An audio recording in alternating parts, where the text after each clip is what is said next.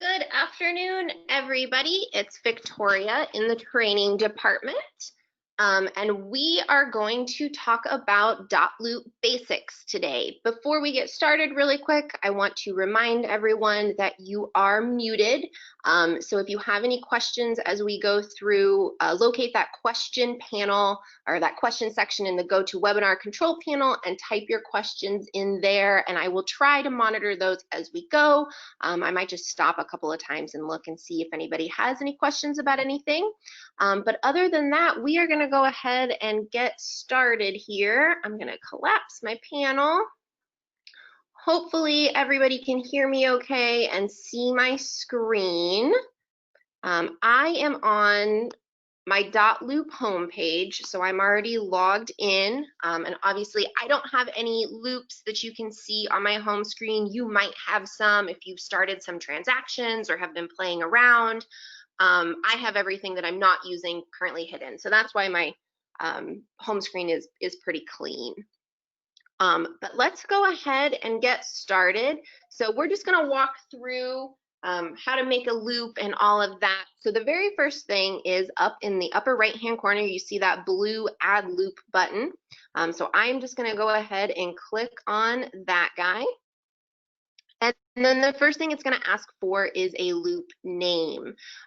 We recommend using addresses, especially when you're ready to turn your transactions into your office. That's how they will keep track of your transactions, is by the address name or the property address. So if you don't know that yet, that's okay. You can always change the name of the loop later on. So maybe right now you're working with some buyers, you're not sure of what the address is going to be. That's okay. You can name it, Betty Buyer or whatever their name is. You can always change it later. I'm just going to use a super generic, like 123 Main Street.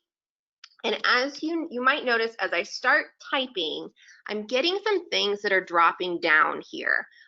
We suggest that you never use any of those things that drop down. You're going to get some things that are going to come from Google. You'll see like addresses from Google. You will also see actual listings, especially if you're on the buy side and you start typing in an address, it will pull up the listing of the listing agent. You don't want to click on those. We suggest that you just type in the address and hit enter or hit next and not select any of those things that drop down. I won't get into the why. It's a little bit more complicated. Just trust me. Don't use the drop down. So I'm just going to say 123 Main Street, and I'm going to put the word test.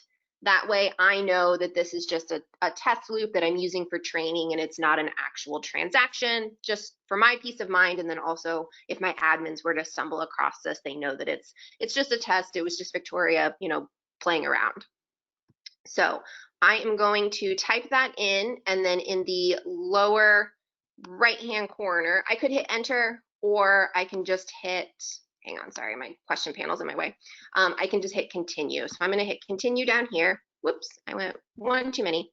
And then, so the next step is a template. So in this drop down menu, you have 4 different templates. The first is a residential listing loop. The second is a residential buying loop. These first 2 templates are the ones that are going to have all of the paperwork in them that you need to start a transaction. So this first one will have all of the listing paperwork. The second one will have all of the buying paperwork, and those have the documents in them that you can edit. The 2 below it, the blank residential listing loop and the blank residential buying loop, those templates are they have like placeholders in them. So they won't have the documents that you can edit, but they will have placeholders for all of the documents. You only want to use those if maybe you have a client who is not comfortable signing things digitally. Maybe you've done everything on paper, or maybe it was on the fly and they were like, yes, let's write an offer right now, at the kitchen table. Something like that. That way you can scan those documents in and put them in the loops, but you won't be able to edit any of the documents that are already in the loop. So that's why, especially if you're starting something brand new, I suggest using one of these top ones, the residential listing or the residential buying. So let's go ahead and pretend that I'm going to list this property. So I'm going to do the residential listing loop. I'm going to hit continue. And then you can upload a photo if you want. You don't have to. I'm just going to hit done. And then it's going to create the loop for me. This kind of usually takes a second. Cool, there it is. So I can either hit view loop down here in the bottom, or I can click directly on the loop as well, and it's going to open it up for me. Awesome. Okay, so this is where you will start to see the Tucker branding. You're going to see the name of the loop right up here. And then as we scroll through, you're going to start to see all of the documents that I would need to start this transaction. So we have the listing sheet folder. We have another folder that has all of the listing documents. So it's got the contract, consumer handbook, affiliated business, yada, yada. I have a folder for the pending check sheet. And then as we, keep going on, I have a folder for pending documents. I have a folder for inspection, and eventually I have a folder for closing. There's also a couple of other things in here for amendments, addendums, miscellaneous things as well. But each of these kind of yellow, orangey headers is a different folder that has documents pertaining to that part of the transaction in it. So this is where all of the documents live. Before we kind of get into documents, I want to point out, if we scroll past all of the documents, we kind of start to get into more people stuff. So first we have like our local service providers. You can find mortgage, title, everybody in here. I'm part of my Dotloop is part of the Crosspoint office, so you can see Ben's picture here, Claudia's picture here, because they help, they represent the Crosspoint office. But what I want to show you is the people section here. So every time you make a loop, your admins for your office and your managers are automatically put into the loop, so you never have to add them. But you can start to add your clients in this section, and all you have to do is hit this add person button. You get a pop-up box, and then you need a name and an email. So I'm just going to add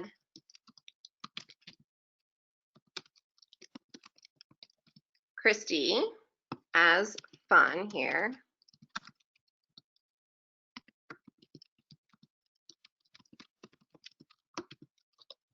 So I have her name and her email. That's all I need. And then I need to assign her a role.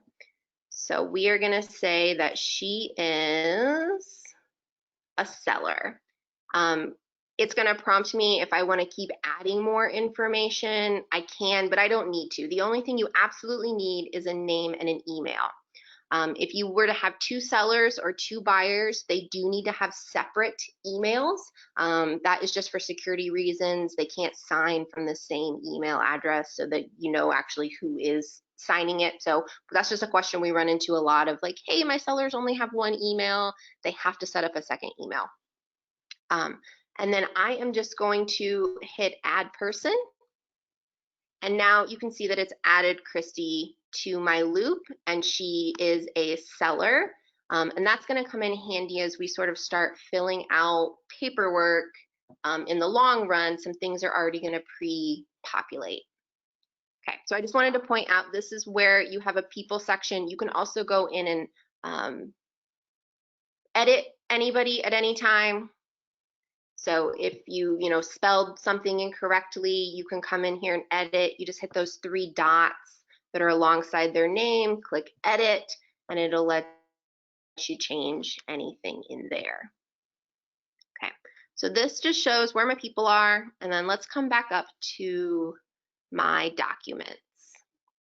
So let's go ahead and just click on, I'm going to click on the listing contract. And the first thing that it's going to pull up is this autofill section. So this is just tell us a couple of things, and then we'll fill as much of the document out as we can.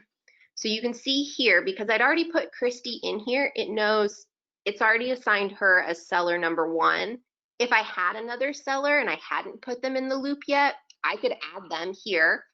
You just select person, and then if they're not listed, you can add a person. So you can add a person at any time on the fly. So I would just, add an additional person. You can assign yourself as the listing agent. So like I said, we're going to pretend this is a listing. So I'm going to say, yes, I am the listing agent. My managers were already assigned here. So again, I don't have to add my managers or anything. They're already here. And then it's going to ask me to fill out the street number. So again, we're just going to pretend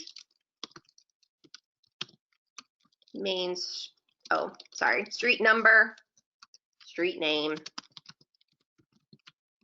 and we'll just say Indianapolis, Indiana, 46260. If I know the rest of this, I can add it, but I at least want the address. Here's Christy's name again. She's been added as the seller. If I have more info that I want to input, I can, but I don't have to. I have the important stuff. I have the address, I have the people, and we're going to hit autofill. And there, you might notice this little pop-up box over here. It says 3 roles have been assigned and 13 fields have been auto-filled. So it put in, my name as the agent. It put in Christy's name as the seller. It started to populate some of that info. So it just saves you a little bit of time instead of having to type everything multiple times. And then obviously you would just go through, fill out the contract. And then you might notice that down here, it's already started to assign places where people need to sign or initial on the contract. So it's got Christy's initials here as the seller, and it's already saying like, hey, listing agent, sign your contract. If I hit sign now, it's gonna have me confirm my name and my signature, and then I can already start signing things. If I come all the way to the bottom of the contract, which might take a second to load.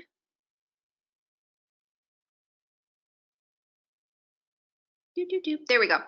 It shows, again, hey agent, sign your contract. I can click sign now, and then you can see where it says, hey, this is where Christy needs to sign. This is where your sellers or your buyers need to sign.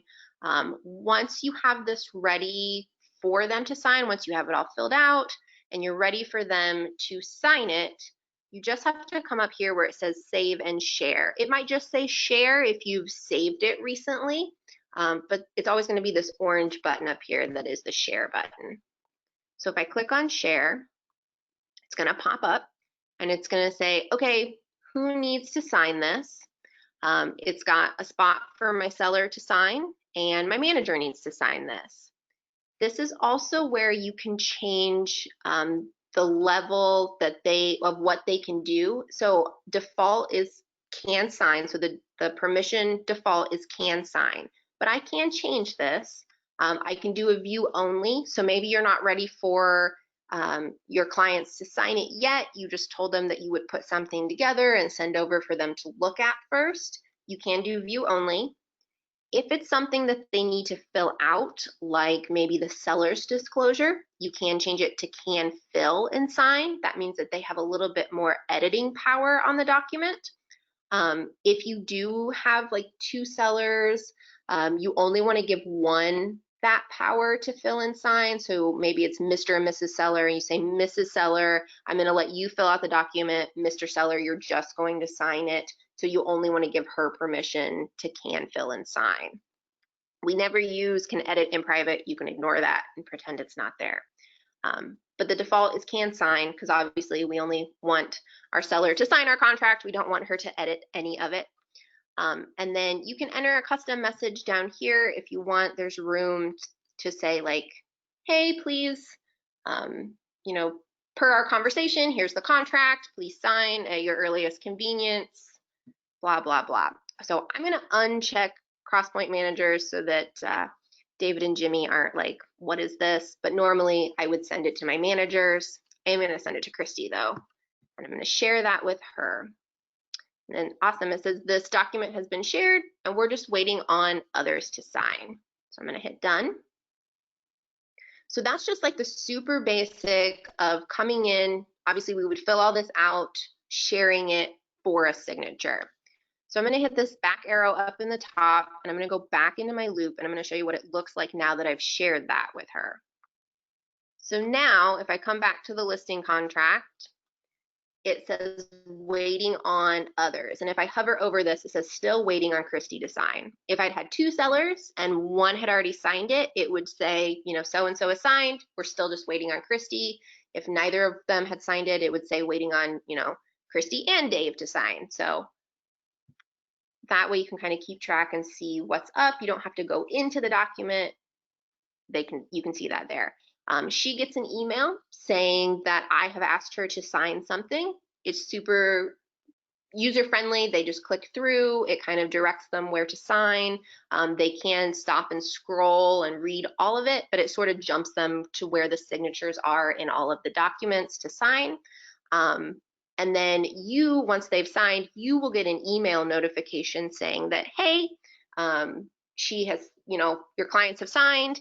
And then you can just come right back in here. You don't have to upload anything. It comes right back into Dotloop, and it's shown that the contract has been signed. If you have multiple pieces that you're wanting to send them, so maybe they've signed the contract, everything's great. Now you want to follow up with like the affiliated business disclosure, the consumer handbook. You can send multiple pieces at once as long as you've come in here and you have the spots ready for them to sign.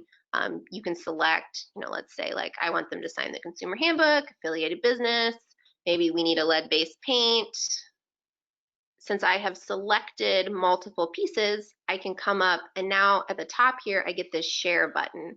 If I hadn't selected any of these, that share button's gonna go away. But once I select a couple of these together, whoops, let's say not the listing contract, let's say consumer handbook, I get a share button. And then it's the same thing. I can share, I'm just sharing multiple documents. Now you can see it says like consumer handbook, affiliated business disclosure, lead-based paint. It's just more than one document. So you can't have the mass sign things, but I feel like most agents, you know, they sign the contract, just the contract, like that's the most important piece. And then later on, you know, have them sign the other pieces more separately. I feel like that contract is the thing that most agents are like, yes, we have to get this piece done first. So I'm not going to share these with Christy, so I'm just going to exit out of there. Okay, so let's say maybe you do have a piece that was signed in person. So maybe they signed like the consumer handbook or something in person, and you're like, well, I don't need to send it to them digitally. How do I upload this? You have a couple of different options. One is to scan. So obviously all of the copy machines and all of the offices, you can scan something to your email. So you have a couple ways to get it into Dotloop. So since it would be a listing document, this is the folder that we want to add it to. So I'm going to click add document, and I'm going to get a drop down here. So if you had scanned something to your email and you want to send it directly from your email to Dotloop, you can do that by clicking on this email option here. If I click on this, I get this really long, annoying email address, which you don't have to remember at all. You just click copy to clipboard, and then I would navigate over to my email. And let's see if I can find an email that has a attachment. Probably not, because that would make things way too easy, right? Well,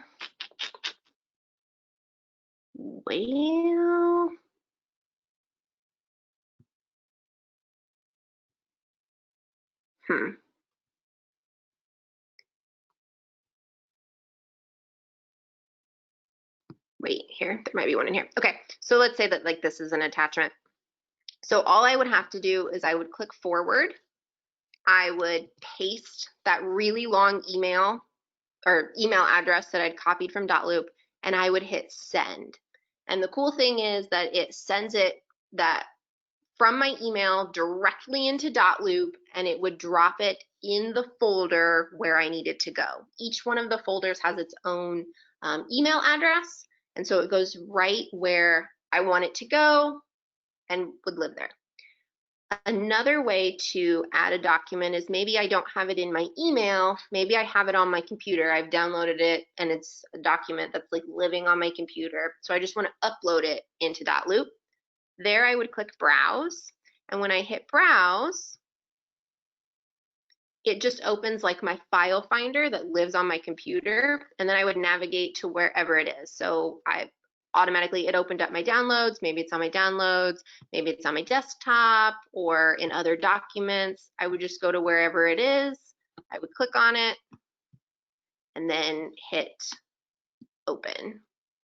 So here's just a random PDF that was in my downloads from Leap.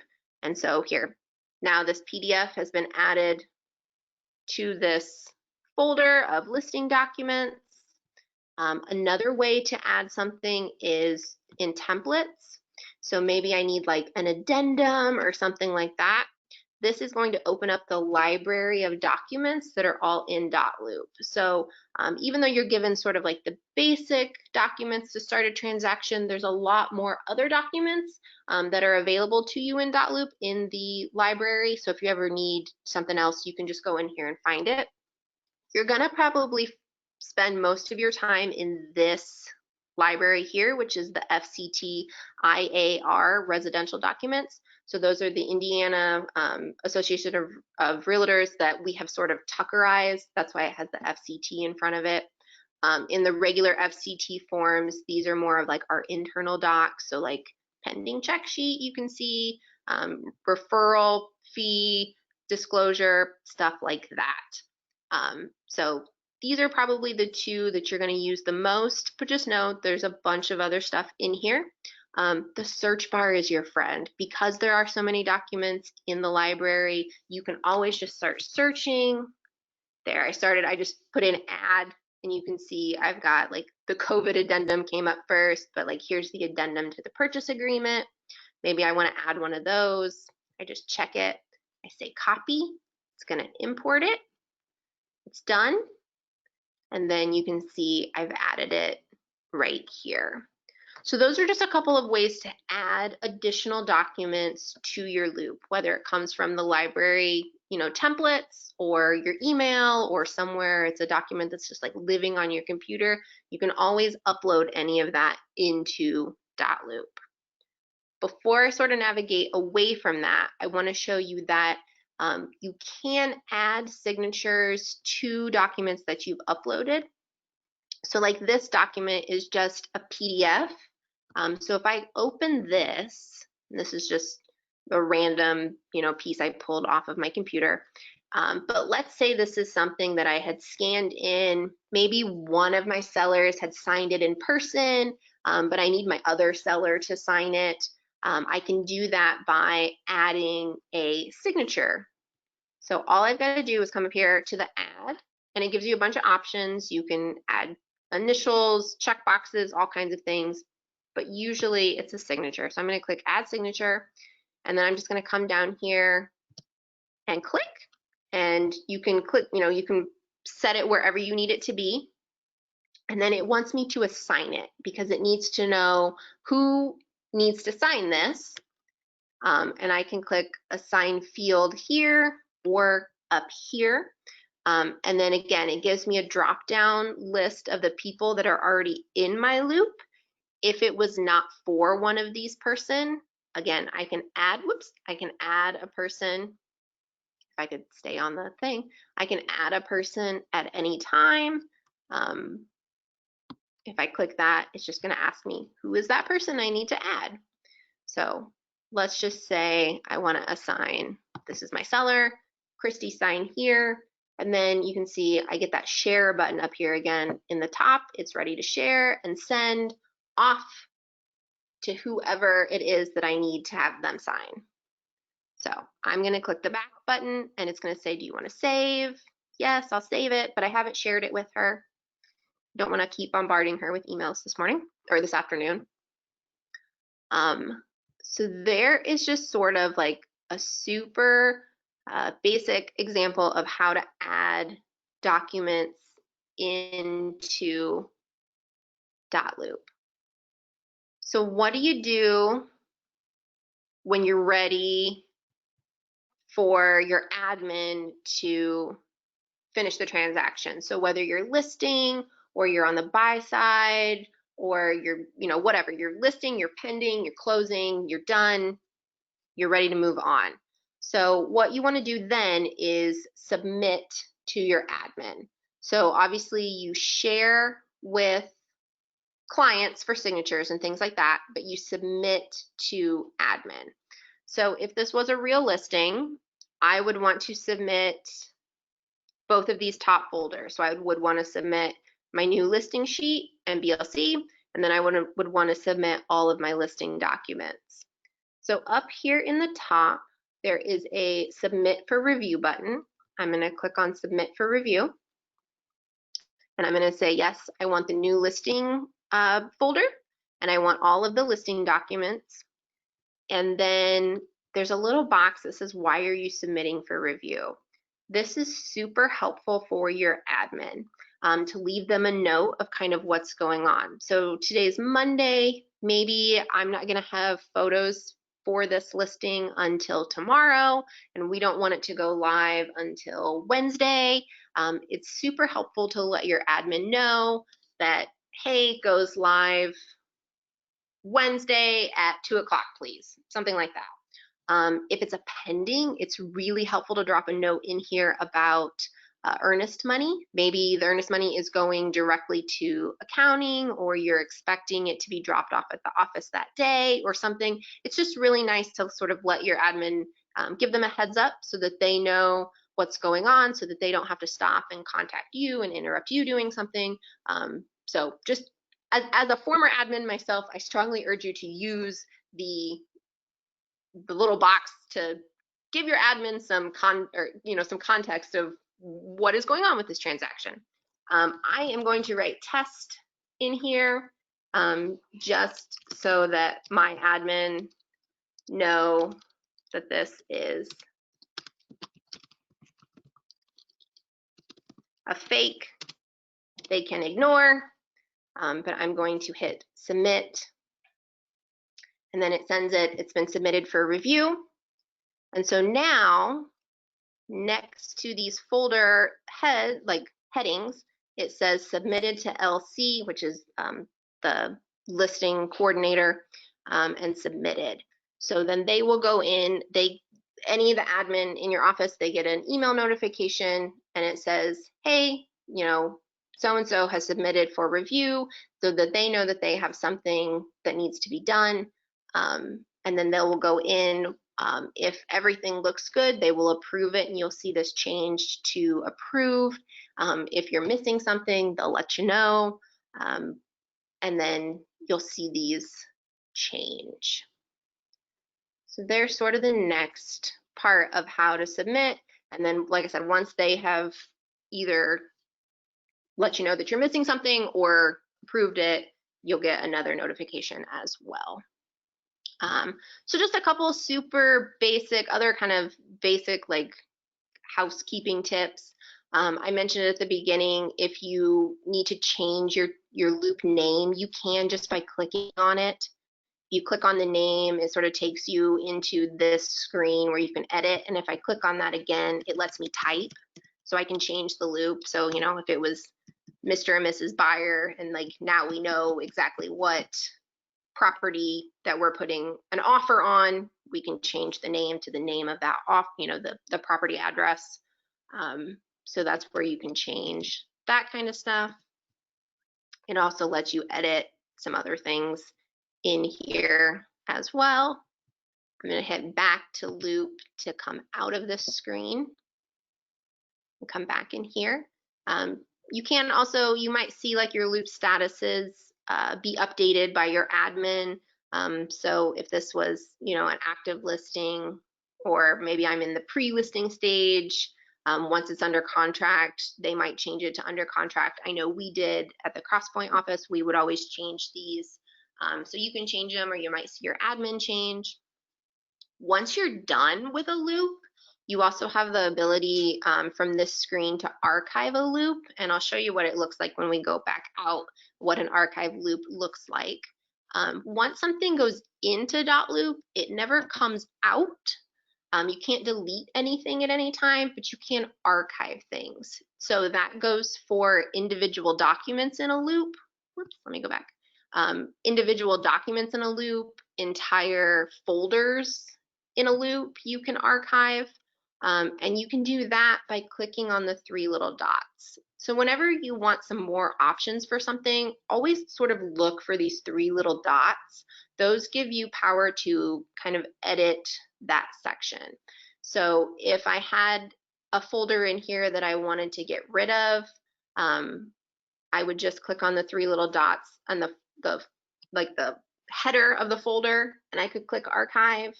If I wanted to just get rid of a single document in a loop, again, just click on those three little buttons and it gives me options to archive. It also gives you options to like edit, rename, things like that, but I can archive, make it go away. Since I've archived something, I now have this that's popped up here at the top where it says show archived. So if I want something to come back, I can hit show archived, and then there you can see that BLC sheet from MyBor came back. I can then again hide something that's archived. So again, you can't ever delete anything, but you can archive it, get it out of your face. That way you don't have to look at it. And if you ever archive something, if you do it on accident, you can make it come back. You can also unarchive things. So if you archive something on accident and you're like, oh, nope, I need that, please come back, you can unarchive it. Again, nothing ever gets deleted, so you won't ever lose anything. Let me hide that. You can also add folders as well. So I just talked about getting rid of folders, but you can also add individual folders. This is a great tip for if maybe you have a listing and you've received multiple offers and you're not sure exactly which one you're going to go with. We could say, whoops, let me delete that. You can say offer number 1. This was the Smiths. And then I could just add any offers, paperwork that the buyer's agent has probably emailed to me in PDF form. I can just upload those either from an email or from somewhere on my computer. And then I can keep adding. So then we could say like, this is offer number 2. Maybe this is Jones. So you kind of get the point of I can keep adding folders, and then within each folder I could upload my documents for that offer, and then maybe offer number 2 is the stronger offer, so that's where I want my paperwork to be. I can archive this folder. So again, it's paperwork I'm not going to use, I don't need it, I can archive it, get it out of there so I don't have to look at any of it. So that's just sort of a nice way to kind of keep things a little bit more organized, using folders and keeping things separate so that you're not like, scrolling through tons of paperwork that is kind of all mixed together. So that's sort of a way to just kind of keep things organized, upload, archive, since you can't delete anything. How to submit for review once you're ready for your admin to, move on with your transaction. And then again, kind of down at the bottom, you have your people section. You can add people there. You can also add people on the fly. All right, so I am going to go back to my loops. And then now you can see when I started, I didn't have anything on my home screen, but now this loop here that I started is here, it's shown up. And then this is where you can also change those statuses as well. So like, if it's sold, I can change it to sold, under contract, etc. And then if I want to archive this, so let's say the whole entire transaction is over, I'm done with it, I sold it, yippee, got my commission check, I can archive it. So if I click archive, you can see now it's kind of turned gray. It's got this archived little guy up here in the top. And then if I have turned my filters on automatically, it's set to hide archived. So if you leave that as is and I refresh this page, it's going to go away. So now it's gone. So again, it doesn't disappear forever. I can search for it and just hit search all loops, and it's going to come up. And then this is it that I just created here. So if I ever need to pull up paperwork, my seller needs something out of it, it's always here. That way, there's a copy of it in here. Your admin have the ability to go in and pull paperwork as well. And then it's not going to go anywhere. It'll always be in Dotloop. Still recommend that you keep your own copies of everything. Like InDrive is a great place to do that. But there it is still in Dotloop. Okay. So just a couple quick last kind of like housekeeping things. Up in the upper right hand corner, you will see probably your name or initials. They're in the Dotloop's sort of in the process of upgrading a few things, so you might not see your full name here. You might just see like your initials, or if you've uploaded a picture. Mine has my full name though, because I think I have like a little bit of a newer version of Dotloop. But if I click on this, you can then click on your profile where it says my account. Ignore, I have like other admin profiles, but if you click where it says my account, it's going to open up sort of like settings. And if you come down here, we suggest that you make sure all of this is correct in here. Name, email, all of that. You can add your phone number if you want. You can add your company name. You can add your NERDS number, which is your National Realtor ID number, here as well. But over on the right, or on the left-hand side, if you click on profiles, there's a section here where it says profile details, and this is where you want to enter your MyBOR number. So under broker agent ID, that's your MyBOR number. So like mine is 40211. And then you would also want to put in your office ID number. So those are all Tuck something.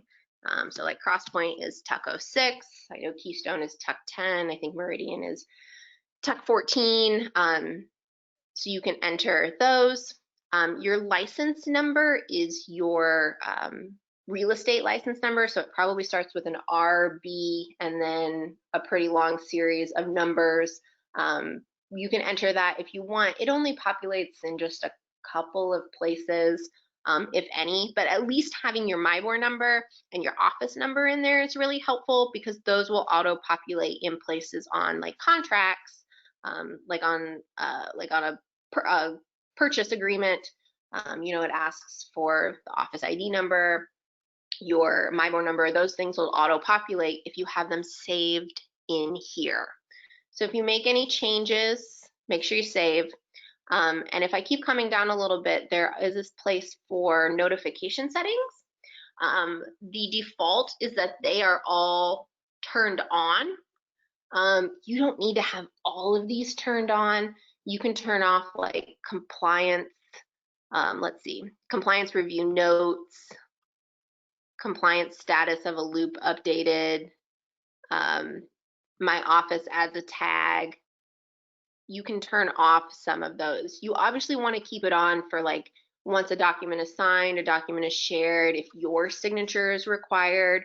I suggest leaving those on. Like document signed will let you know when your client has signed something. You'll get a notification saying, Betty Buyer has signed, or whatever it is that, whoever it is that you've asked to sign something. But definitely you can turn off some of these like compliance status of a loop is updated, my office adds a tag. You don't need to know every time your office adds a tag. They just do that to help themselves stay a little bit more organized. Daily task reminders, I would turn those off too. So if you make any changes to that, just make sure you save.